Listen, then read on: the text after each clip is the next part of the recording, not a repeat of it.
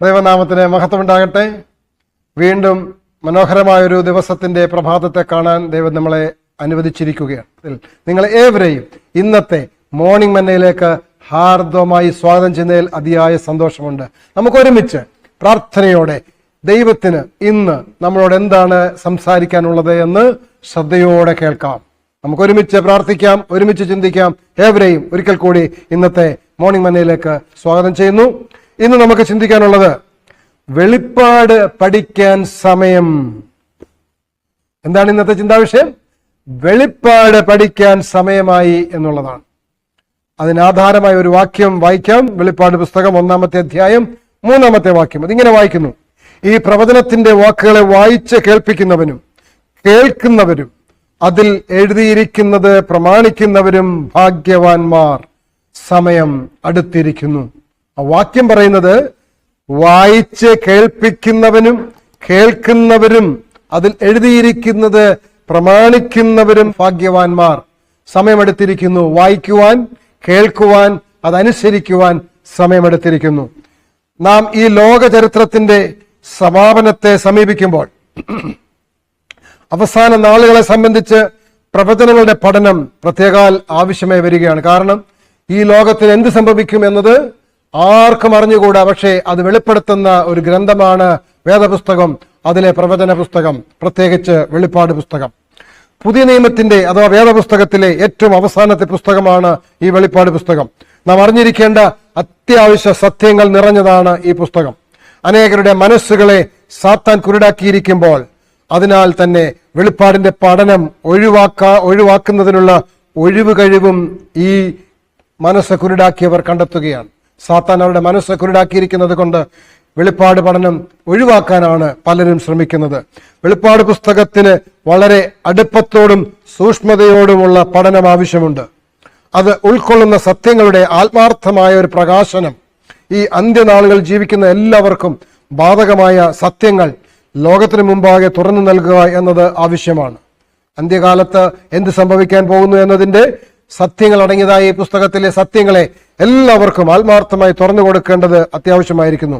എല്ലാവർക്കും ബാധകമായ സത്യങ്ങൾ ലോകത്തിനു മുമ്പാകെ തുറന്നു നൽകുക എന്നത് നമ്മുടെ ഉത്തരവാദിത്തമാണ്. കർത്താവിനെ കാണുവാൻ ആഗ്രഹിക്കുന്ന ഏവരും ഈ പുസ്തകത്തെ ആത്മാർത്ഥമായി പഠനത്തിനും പ്രാർത്ഥനയ്ക്കും വിഷയമാക്കണം. അത് അതിന്റെ പേര് സൂചിപ്പിക്കുന്ന അതേ കാര്യം തന്നെയാണ്, വെളിപ്പെടുത്തുന്നതാണ്, വെളിപ്പാടാണ്. ഈ ഭൂമിയുടെ ചരിത്രത്തിന്റെ അവസാന നാളുകളിൽ നടക്കുവാനുള്ള സംഭവങ്ങളുടെ സുപ്രധാന വെളിപ്പെടുത്തലുകളാണത്.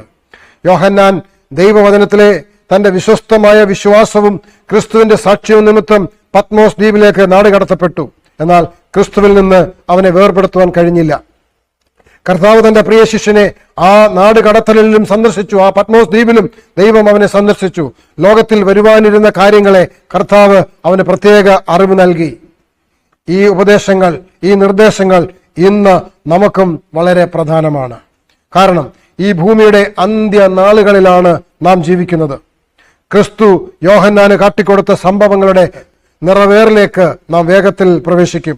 കർത്താവിന്റെ ദൂതുവാഹകർ ഈ പാവന സത്യങ്ങളെ അവതരിപ്പിക്കുമ്പോൾ നിത്യമായ താല്പര്യങ്ങളോട് കൂടിയ വിഷയങ്ങളാണ് അവയെന്ന് അവതരിപ്പിക്കുന്ന അവരും നാം ഓരോരുത്തരും തിരിച്ചറിയണം. അവർ, അതായത് അവതരിപ്പിക്കുന്നവർ, പരിശുദ്ധാത്മാവിന്റെ സ്നാനത്തിനായി അന്വേഷിക്കണം, ഒരുങ്ങണം. അവരുടെ സ്വന്തം വാക്കുകളല്ല, ദൈവത്താൽ നൽകപ്പെട്ട വാക്കുകൾ തന്നെ സംസാരിക്കേണ്ടത് ആവശ്യമാണ്. അവസാന നാളുകളുടെ നാശങ്ങൾ, ദോഷങ്ങൾ എല്ലാം നമ്മുടെ മേലുണ്ട്. അതുകൊണ്ട് നാം നമ്മുടെ വേലയിൽ മനുഷ്യരുടെ മേൽ വന്നു ചേർന്നിരിക്കുന്ന അപകടങ്ങളെ അവർക്ക് ഓർമ്മപ്പെടുത്തണം. മനുഷ്യരുടെ മേൽ വന്നു ചേർന്നിരിക്കുന്നതും ഇനി വരാൻ പോകുന്നതുമായ അപകടങ്ങളെ അവരെ ഓർമ്മപ്പെടുത്തേണ്ട ഉത്തരവാദിത്വം ദൈവം നമ്മളെ ഭരമേൽപ്പിച്ചിരിക്കുകയാണ്. വേഗത്തിൽ സംഭവിക്കുമെന്ന് പ്രവചനം വെളിപ്പെടുത്തുന്ന നിർണായക രംഗങ്ങൾ, കാഴ്ചകൾ ഒന്നും തന്നെ സ്പർശിക്കപ്പെടാതെ പോകരുത്. അതിലെഴുതിയിരിക്കുന്ന സംഭവങ്ങൾ, സംഭവിക്കാൻ പോകുന്ന കാര്യങ്ങളെക്കുറിച്ച് എല്ലാം നമ്മൾ സ്പഷ്ടമായി വെളിപ്പെടുത്തണം. ദൈവത്തിന്റെ ദൂത് വഹിക്കുന്നവരാണ് നാം. നഷ്ടമാക്കുവാൻ നമുക്ക് സമയം ഒട്ടുമില്ല. നമുക്ക് പഠിക്കുവാൻ സമയം കണ്ടെത്തണം. കർത്താവായ യേശു ക്രിസ്തുവുമായി സഹകരിച്ച് പ്രവർത്തിക്കുന്നവർ ഈ പുസ്തകത്തിലെ സത്യങ്ങളിൽ ആഴമേറിയ താല്പര്യം കാണിക്കേണ്ടതുണ്ട്. ക്രിസ്തു വെളിപ്പെടുത്തുവാൻ വന്ന ഈ അത്ഭുത കാര്യങ്ങളെ ലളിതമാക്കുവാൻ, വ്യക്തമാക്കുവാൻ പേന കൊണ്ടും ശബ്ദം കൊണ്ടും ഏതെല്ലാം വിധത്തിൽ കഴിയുമോ അതെല്ലാം നമുക്ക് ഉപയോഗിച്ചുകൊണ്ട് നമുക്ക് കഠിനമായി പ്രയത്നിക്കാം. വെളിപ്പാട് പുസ്തകം പഠിക്കേണ്ടത് അത്യാവശ്യമാണ്.